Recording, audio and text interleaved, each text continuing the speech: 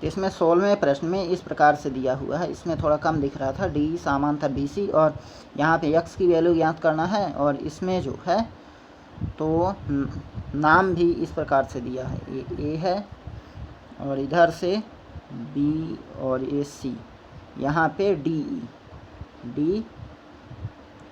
ई, तो इस तरह से दिया हुआ है। अब इसको जब हम लोग हल करेंगे तो थेल्स प्रमेय लगा देना है ना। थेल्स प्रमेय से यहाँ से अनुपात इनका जब समांतर दिया है, मतलब डी ई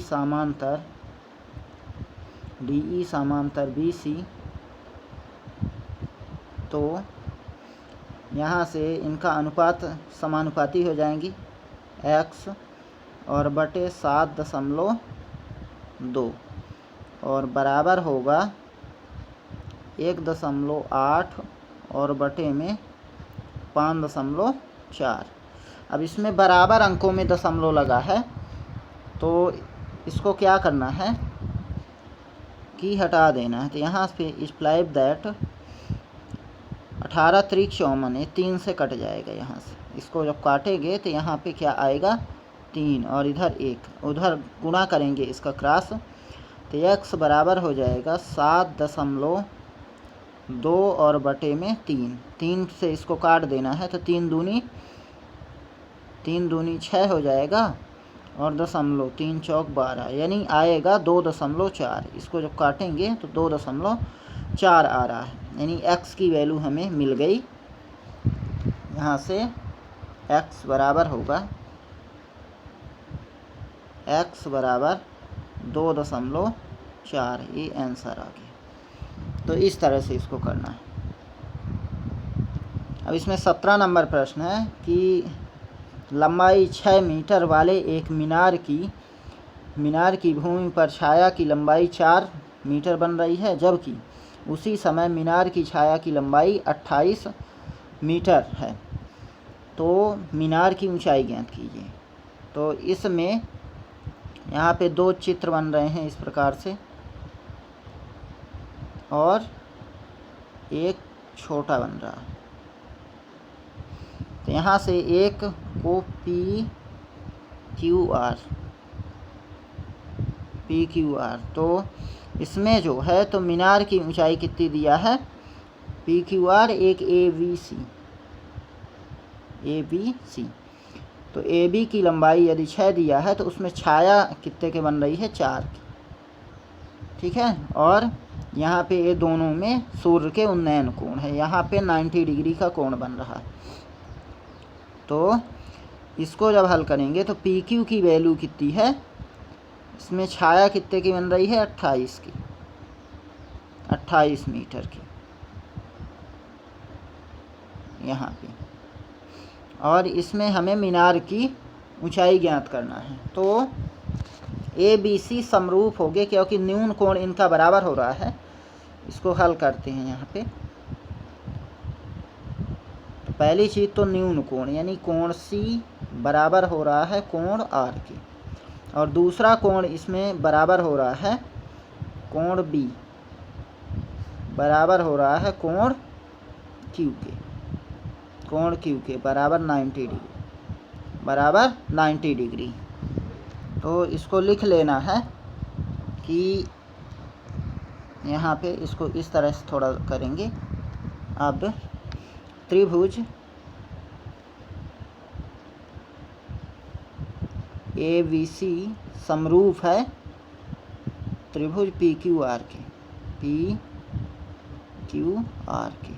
जब समरूप है दोनों त्रिभुज तो भुजाएं क्या हो जाएंगी, इनकी जो है तो दोनों भुजाएं समान अनुपात में होगी। मतलब इसमें कह सकते हैं कि इधर इसकी ऊंचाई को h मान लेना है, तो यहाँ से 6 और बटे 4 बराबर होगा h और बटे 28।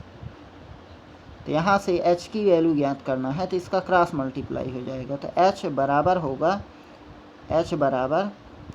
6 बटे 4 और गुणे 28।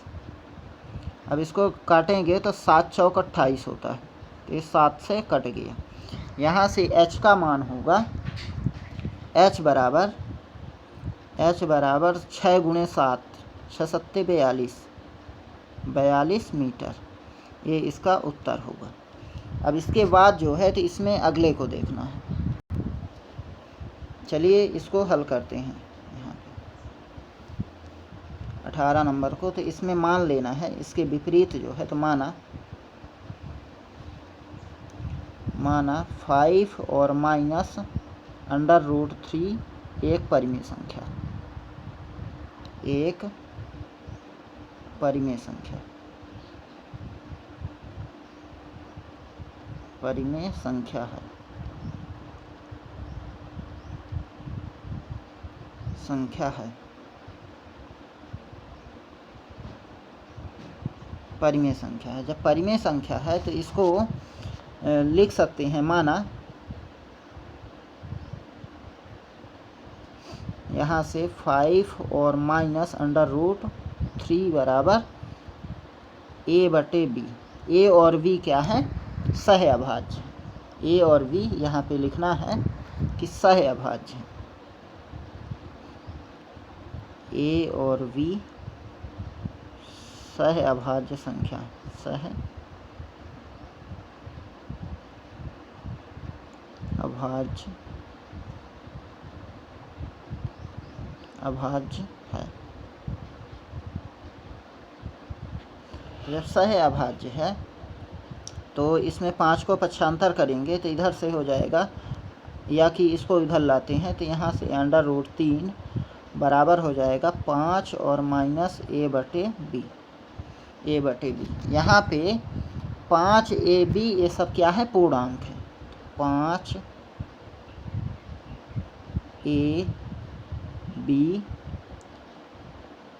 पूर्णांक है, 5a और b क्या है? पूर्णांक है।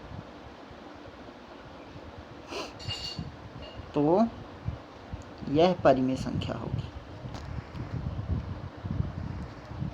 पूर्णांक है। तो 5 और माइनस a/b परिमेय संख्या है।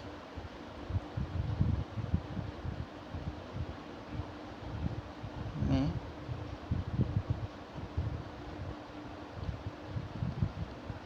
परिमेय संख्या है। यह जो है तो गलत कल्पना से है, गलत कल्पना से,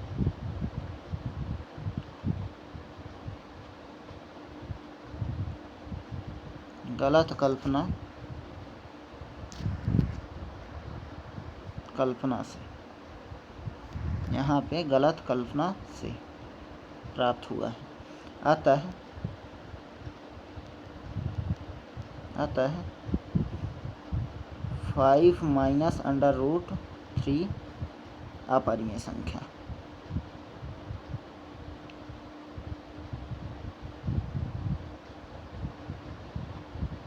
अपरिमेय है,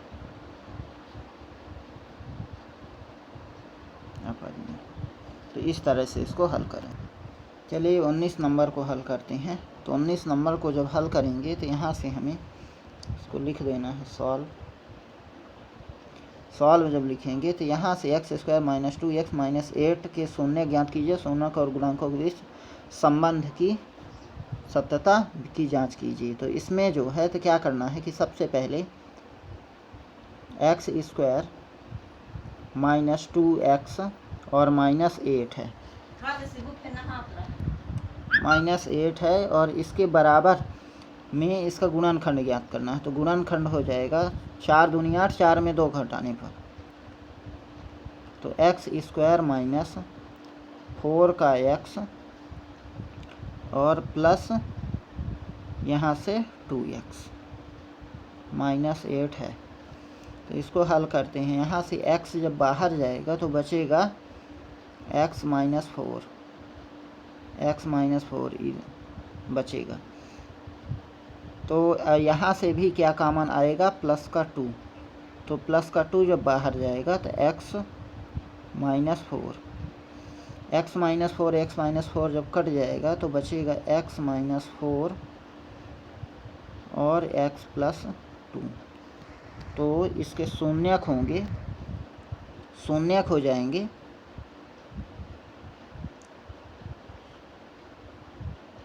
शून्यक चिन्ह बदल के इनको लिख लेना है। तो एक का -4 है तो प्लस का 4 होगा, एक का प्लस का 2 है तो माइनस का 2। तो शून्य कितनी आ गई। अब शून्यकों और गुणांकों के बीच संबंध को सत्यापित करना है। तो शून्यकों का गुणनफल,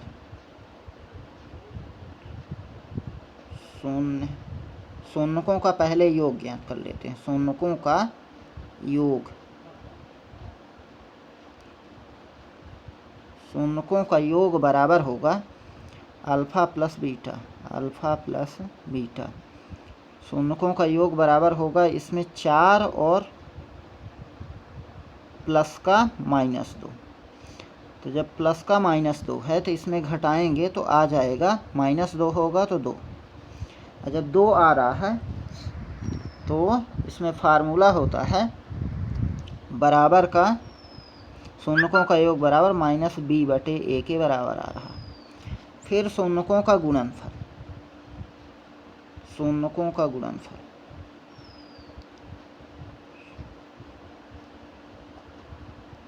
शून्यकों का गुणनफल,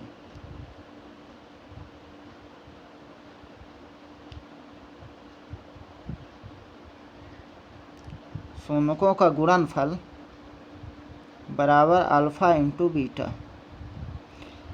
तो अल्फ़ा इंटू बीटा दोनों का क्या है, गुणा हो जाएगा। जब गुणा होगा तो यहाँ से हमें बराबर 4 और गुणे -2, तो 4 दूनी -8, माइनस का 8 आ गया। अब माइनस का 8 जब आ रहा है तो इसमें अचर पद यानी c/a होता है, c/a।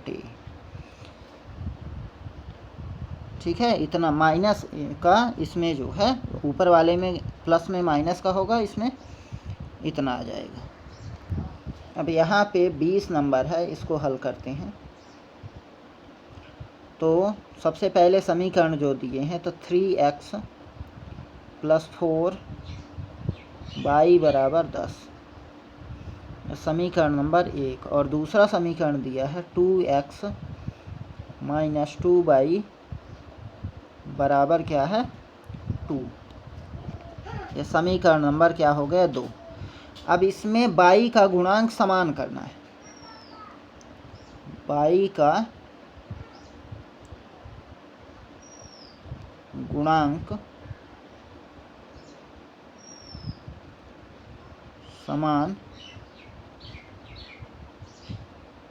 समान करने पर, y का गुणांक समान करने पर, y का गुणांक यदि समान करेंगे तो यहाँ से समीकरण 2 में 2 का गुणा करेंगे। तो इसको जो है तो इस तरह से लिख लेना है, यहाँ से 3x + 4 का y और बराबर 10। इसमें जब गुणा करेंगे तो ये कितना हो जाएगा, यहाँ से 2 दूनी 4, 4x और -2 दूनी 4y और बराबर हो जाएगा 4। अब इसको क्या करना है, जोड़ देना है। तो जब प्लस करेंगे तो इसमें चिन्ह, प्लस करने पे जो है तो चिन्ह इसमें नहीं बदलते हैं, ये दोनों कट जाएंगे आपस में। इन दोनों को जोड़ेंगे तो 4 3 7x, और इधर से जो है तो ये जुड़ेगा तो आ जाएगा 14।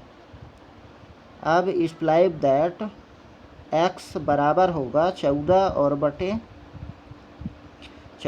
7, तो 7 दूनी 14 यानी आ जाएगा 2। x की वैल्यू 2 आ गई। अब इसमें समीकरण 1 ले लीजिए चाहे समीकरण 2। तो समीकरण 2 से समीकरण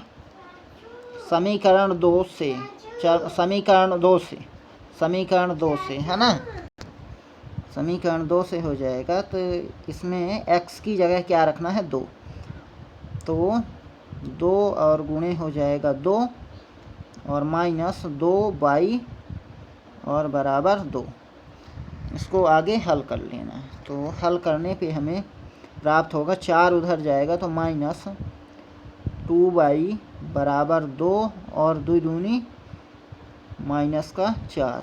तो -4 में यदि 2 घटेगा तो आ जाएगा -2। यानी इसको इस तरह से लिखेंगे तो अब y बराबर हो जाएगा -2 और बटे में -2। ये दोनों आपस में क्या कट जाएंगे तो बराबर 1 होगा। अब जब y की वैल्यू 1 आ गई है, x की वैल्यू 2, तो यही इसका आंसर होगा। यहाँ पे अतः करके लिखना है,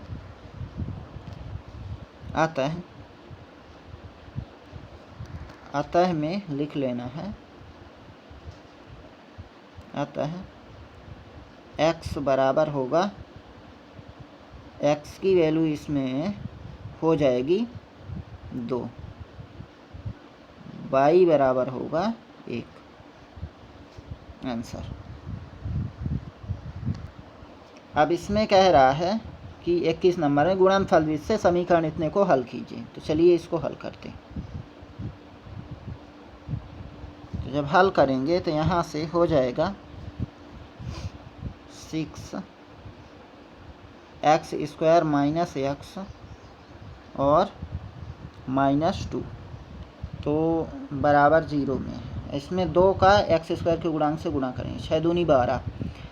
अब 12 का ऐसा गुणा प्लस माइनस करने पे -x आना चाहिए। तो 4 थे 12, 4 में 3 घटाने पे आना चाहिए। तो यहाँ से 6x² और -4x और प्लस का 3x और -2 बराबर क्या हो जाएगा 0।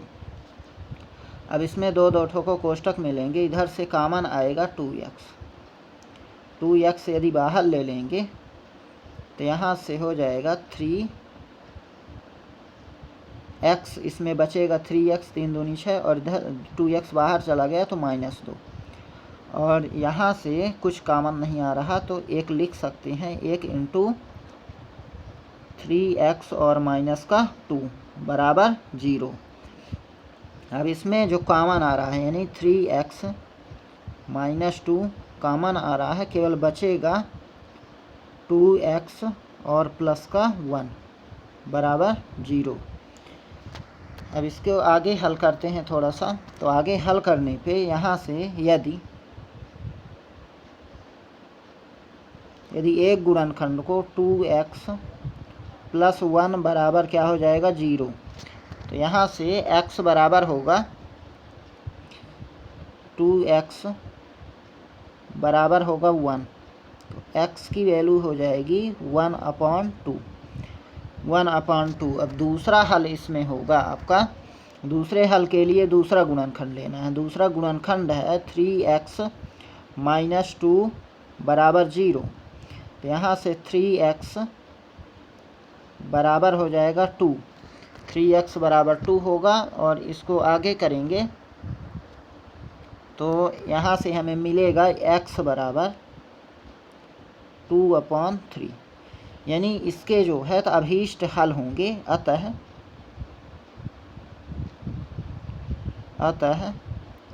x बराबर होगा 1/2 और दूसरा हो जाएगा 2/3।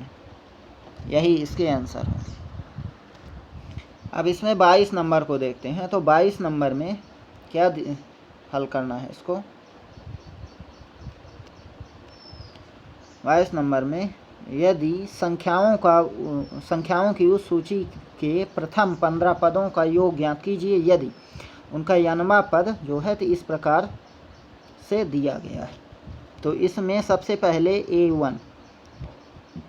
a1 बराबर हो जाएगा 3 + 4n, 3 + 4n। तो यहाँ से a1 ज्ञात करेंगे तो इसमें n की जगह क्या होगा 1, यानी हो जाएगा 3 और प्लस 4, 4 3 7, 4 3 7 a1 की वैल्यू।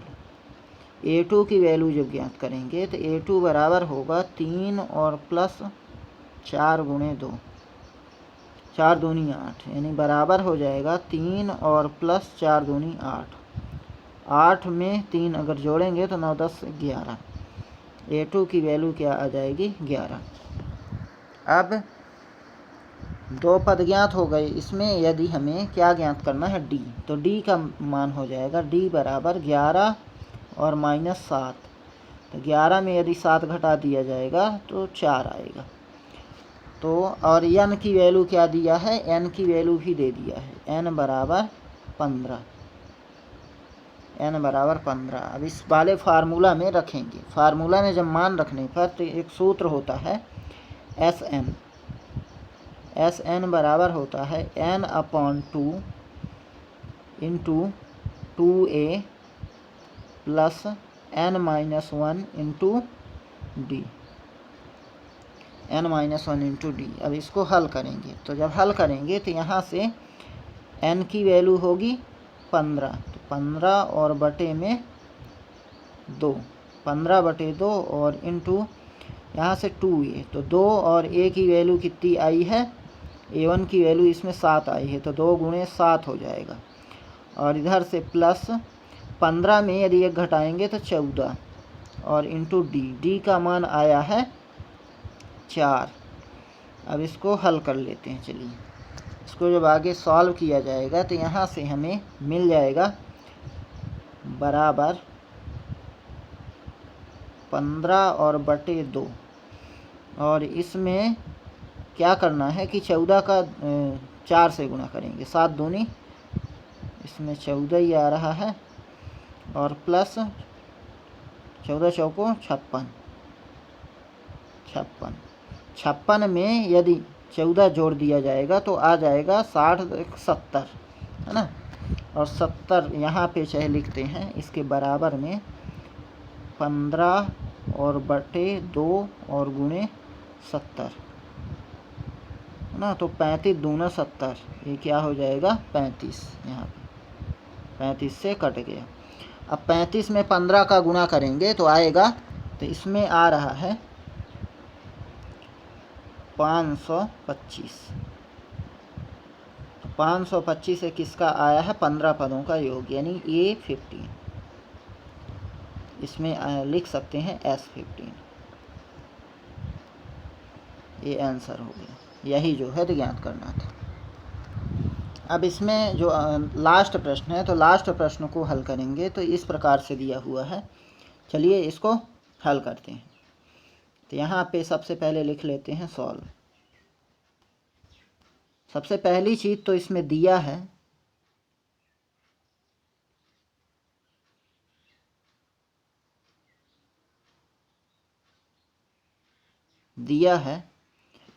क्या दिया है, जो इसमें जो है भुजाएं समान अनुपात में दिया है। भुजाएं क्या दिया है, मतलब पी क्यू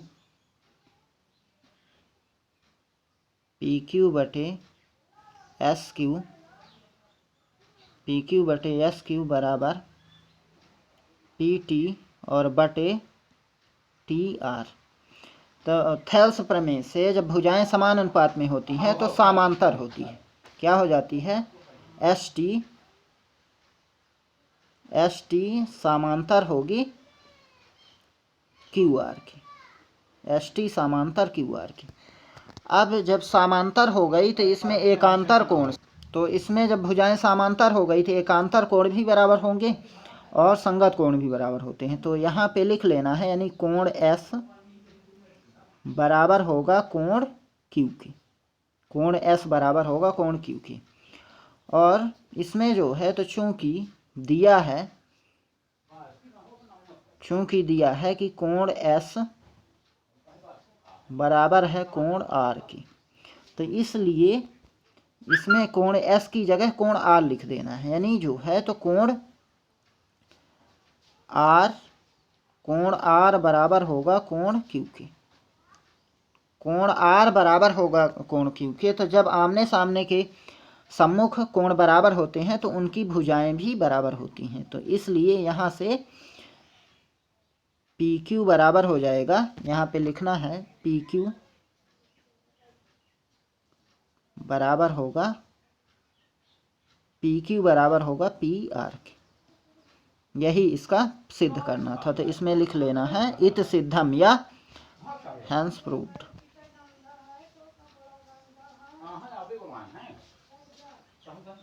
हैंस प्रूव्ड।